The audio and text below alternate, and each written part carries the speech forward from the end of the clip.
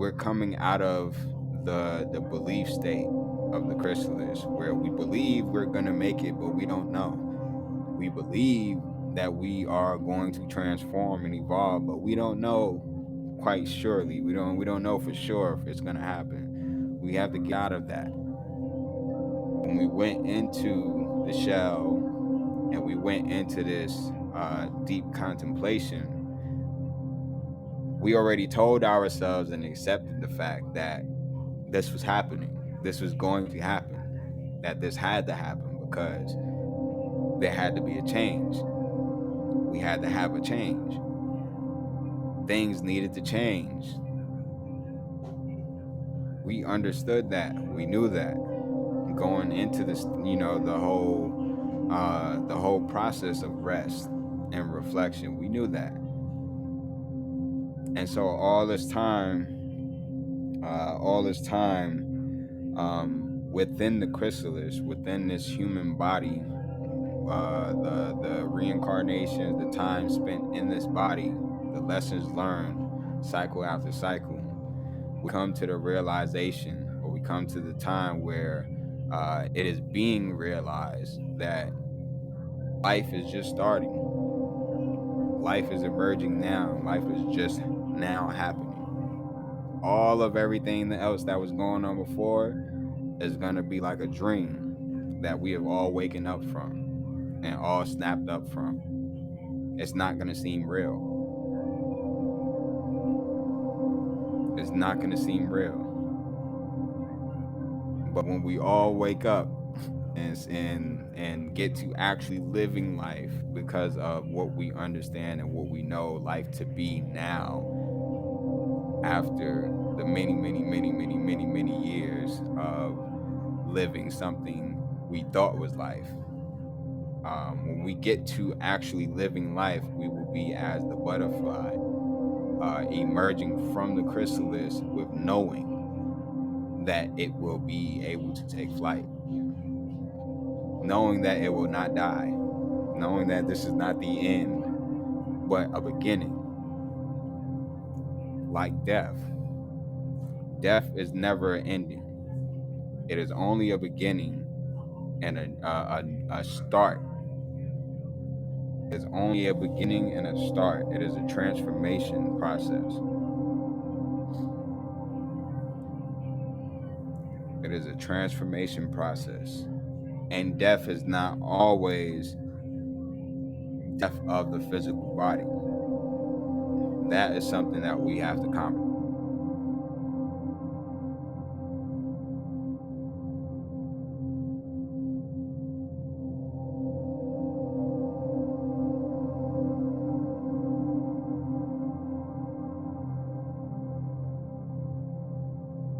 In this chrysalis, and we are being transformed into something new,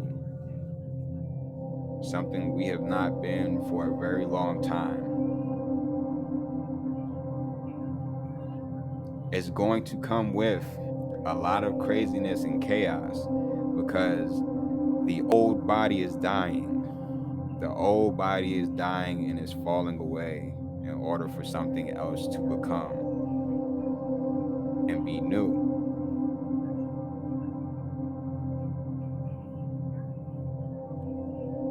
It is going to be the lifting of a veil, the showing of the real light,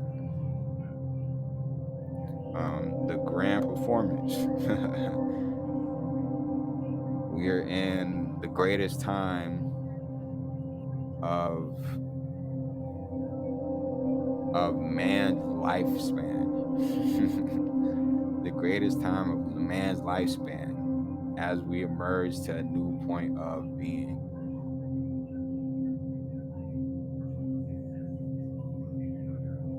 And all we have to do is be who we are and learn who that is.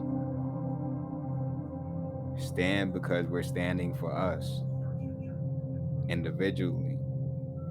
And then when we can stand for us individually, we can stand for each other collectively. Because we'll all be at that point of luminance.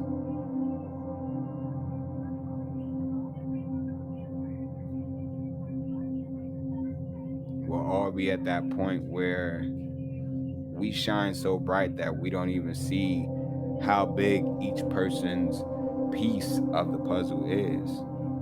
Can't even see it. We just know it fits. We just know it connects. We know it's in the right place. We know we're in the right place. We know we're doing the right things. We know that it's going to be okay. Whether death comes or not.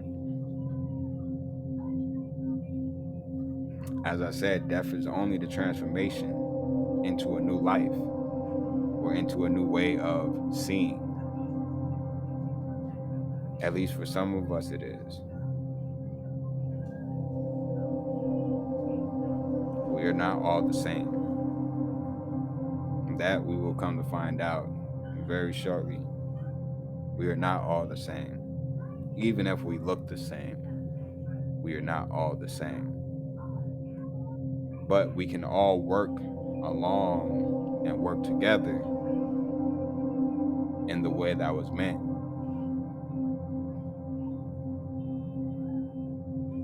Without the conniving efforts to oppress or to misguide us. Each individual needs to take a stand in his own mind or her own mind and decide for themselves that this is not what they want for their future. You have to decide that they're tired of having their food tampered with and being told that there are restrictions in traveling and doing things that are in the realm of living life, which we all should have and do have the freedom to do as a God-given right, as a divine-given right, not as a man-given right. We don't take orders or directives from human or any type of man. We don't take directives from that. We take it from the divine. And you can only get that from within you.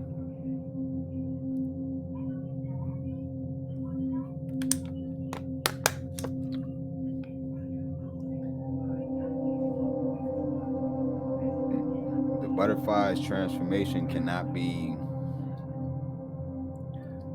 viewed from the outside. It cannot be something taking place on the outside because it must happen within darkness. The change happens within darkness. It's not something that takes place in view or in light of anyone else. Everyone's change happens in darkness. Those who are afraid of the dark must get accustomed to it. The longer you stay away from the dark, the more unfamiliar your shadow becomes to you. And because the mother and father divinity is darkness, and they birth light, you gotta go into that darkness in order to become the light that you are. You have to go back into the womb to become the light that you are. Once you detach from the womb, you are your own womb. You are now your own universe on a steady path of creation, because creation has never stopped. It's ever going. Creation is still happening now, and it is now unfolding to where we are going to start to see who we are and who we have been. We are still in the process of creation. It didn't stop with the Big Bang. That was just an initiation. Creation is ongoing. And we are constantly developing and becoming new. They say it took millions of years for man to develop into what man is now. Peace, God. Welcome into the room. You can catch the most of the lecture, most of the conversation on the replay. But we're talking about pretty much evolution, the energy that seems to be coming forth in this time and day, and how it's affecting us, or how it's going to affect us all collectively, based on what work we have done and what work we haven't. It's about journey into the darkness. Going within the shell to self-realize who we are. You know, spend a lot of time seeking for that knowledge and that information outside of ourselves, that we waste the time we could be using to discover who we are by just reading our own pages, by just flipping our own book. You know, and so that's what I'm up here chopping it up about. You want to come up on the stage, hold some dialogue and whatnot. Feel free to, raise your hand and whatnot. Um, if not, I'm just chopping it up here, just laying it out. Excuse me a moment.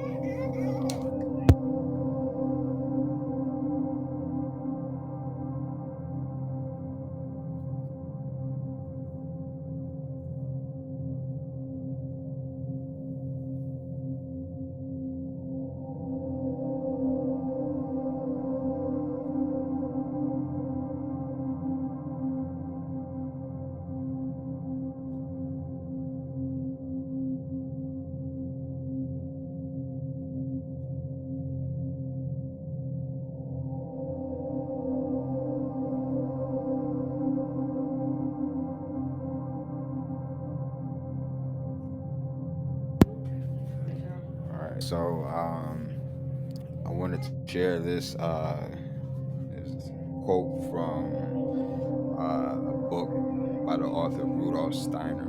It's called "The Occult Significance of Blood," and I relate it to the caterpillar going through its metamorphosis from the caterpillar to the chrysalis to the butterfly, because it speaks of the crystallization of our beings into what we are now becoming, or what we are now emerging as. So he says in his book, um, he, however, who has overcome pain and suffering and bears their fruits within him, will always tell you that through suffering he has gained some measure of wisdom. He also says, and so it is that in wisdom, occult science has ever recognized that what may be called crystallized pain, pain that has been conquered and thus changed into its opposite. And I wanted to end with that because it spoke to me about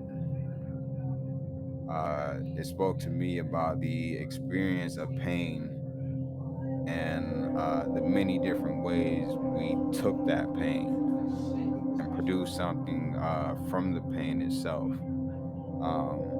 that was positive, that kept life afloat, that didn't subtract life, or that wasn't towards subtracting or removing any type of life, any kind of life.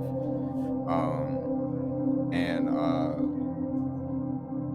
it just hit me hard, just thinking about what he said in regards to that. Because if you observe the melanated race, if you observe the melanated people, we have gone through lots and lots and lots of things.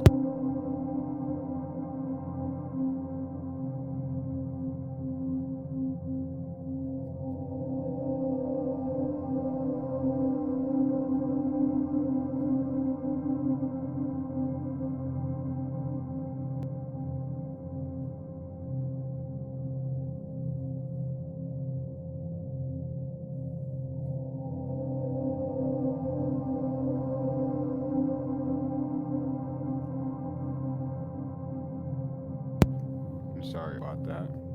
Um, but talking, speaking specifically about the melanated race, and the melanin content that we have, which can't be said for everyone else.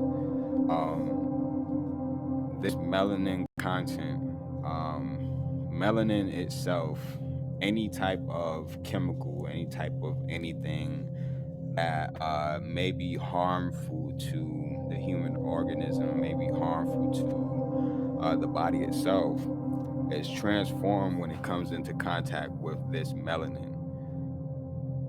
Melanin, it takes it and transmutes it into something that is useful or can be useful for the body. And so, like Black Panther and his vibranium suit, his suit of vibranium, right? It can take all of this impact, all of this damage, and all of these explosions and things like that, that all deal with vibration, because everything is a vibration. All these things come in contact with his suit, and he's able to take that uh, force and use or create a even more, or even stronger force, or even stronger output of energy to respond with. And so, as melanated beings, we know that we have we have been through some pretty treacherous things, some real terrible things, but yet we're still here. We're still here in massive number and everything. We have not perished from this earth. We have not completely been conquered by any force.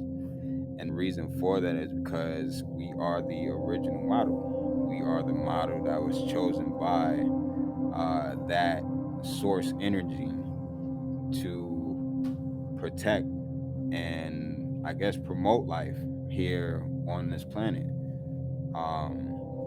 as it was given to us to have dominion over.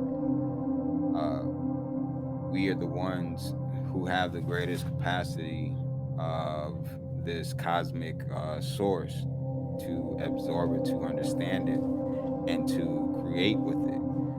We are the co-creators. We co-create the universe, and the universe needs us to co-create, or to create the reality that we are living in. So my final words to leave off with this discussion is to take all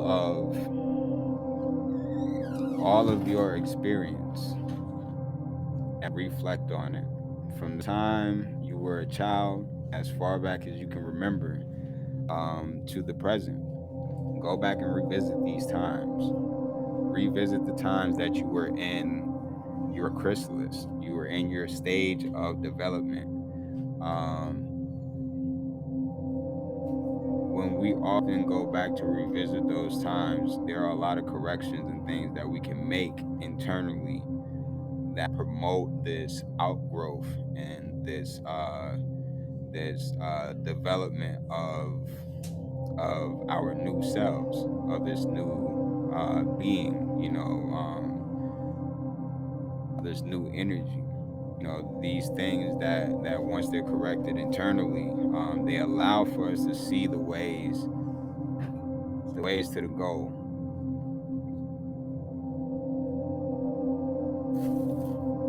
They allow us to see the way unblinded, to where we're not led astray by anything. We're following our own tune, and it's leading us to where we connect with others.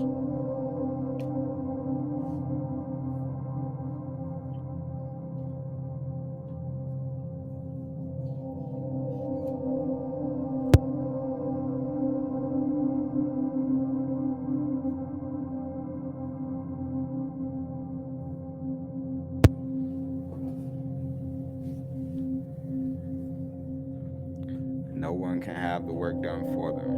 No one can can pay someone or hire someone to teach them about any of this stuff. We all have to return to our chrysalis stage. Go into this place of darkness. This place of reflection, and correct our inner traumas. If we need to bring them out, bring them to the table. Discuss them with those people you got to discuss them with. I promise you, once you have it done, once it's said and done with, once you make that effort to correct, you'll feel so much better about it and about yourself, that it will relieve space. You've been holding this agitation. It relieve that space to where you have more of yourself back. You're not combating with yourself and sharing space with unwanted tenants in your mind and in your body and your memory. You're shaking yourself loose of those things so that you can fly. If you've ever seen the movie A Bug's Life with the fat butterfly, the caterpillar who kept eating and stuff, whatever. Once he actually was able to turn into a butterfly, he turned into one, but he was so fat, or he was so big, that and his wings were so small that he couldn't even fly. He still had to be carried. For the most part, he had to remain a butterfly, or he had to remain a caterpillar. He couldn't experience what it was like to be an actual butterfly without the assistance of others, because his wings, there was no development put into the growth of his wings. He had a cap. He had a cap placed on how far he could develop.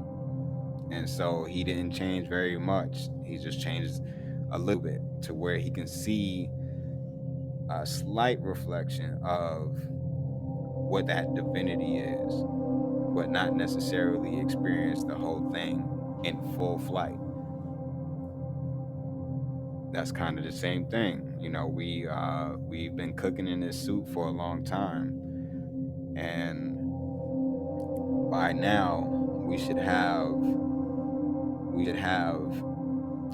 the tools that we need based on the fruits we've gathered from our harvesting and our seeding and reaping and such inwardly, where we go and do that work, the shadow work, and take back what power belongs to us. When you do that, your wings grow. Your body for the new life and this one will be something completely different. It'll be something that will allow you to ascend to new heights in all ways you can think of. But it comes with responsibility. It's not something that is just given to you for free range to do whatever you like with it. It comes with responsibility. And to maintain that new energy, to maintain that elevation or that flight, you have to have balance.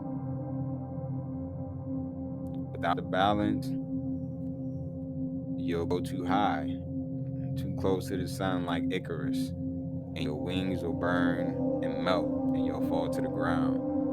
Or you'll fly too low and the waves of the ocean will swallow you, or the crabs will be able to pull you under.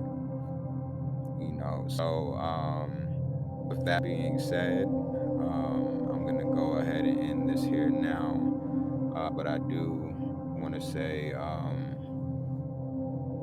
happy lifting, happy raisins, to everybody in this point in time, right now. We were all chosen to be here at this moment in time to receive this level of elevation together, regardless of who you are. And yeah, it's Is love is the most powerful energy in the whole entire universe. More powerful than the sun. I'll say that. Even the magnetism of love is so much stronger than any other force that you can have. So it's not anyone's job to hate anybody. It's not in our nature as melanated beings to hate anyone. It is in our nature to direct and correct things when it needs correcting. And so that will be our task. That will be our job. That will be the mission going forth for those who were chosen or who were called and chosen. Many were called, many are called, few were chosen. And even fewer actually followed through. And I'll land on that, y'all. Peace to everybody. Have a great rest of your night. And let's evolve.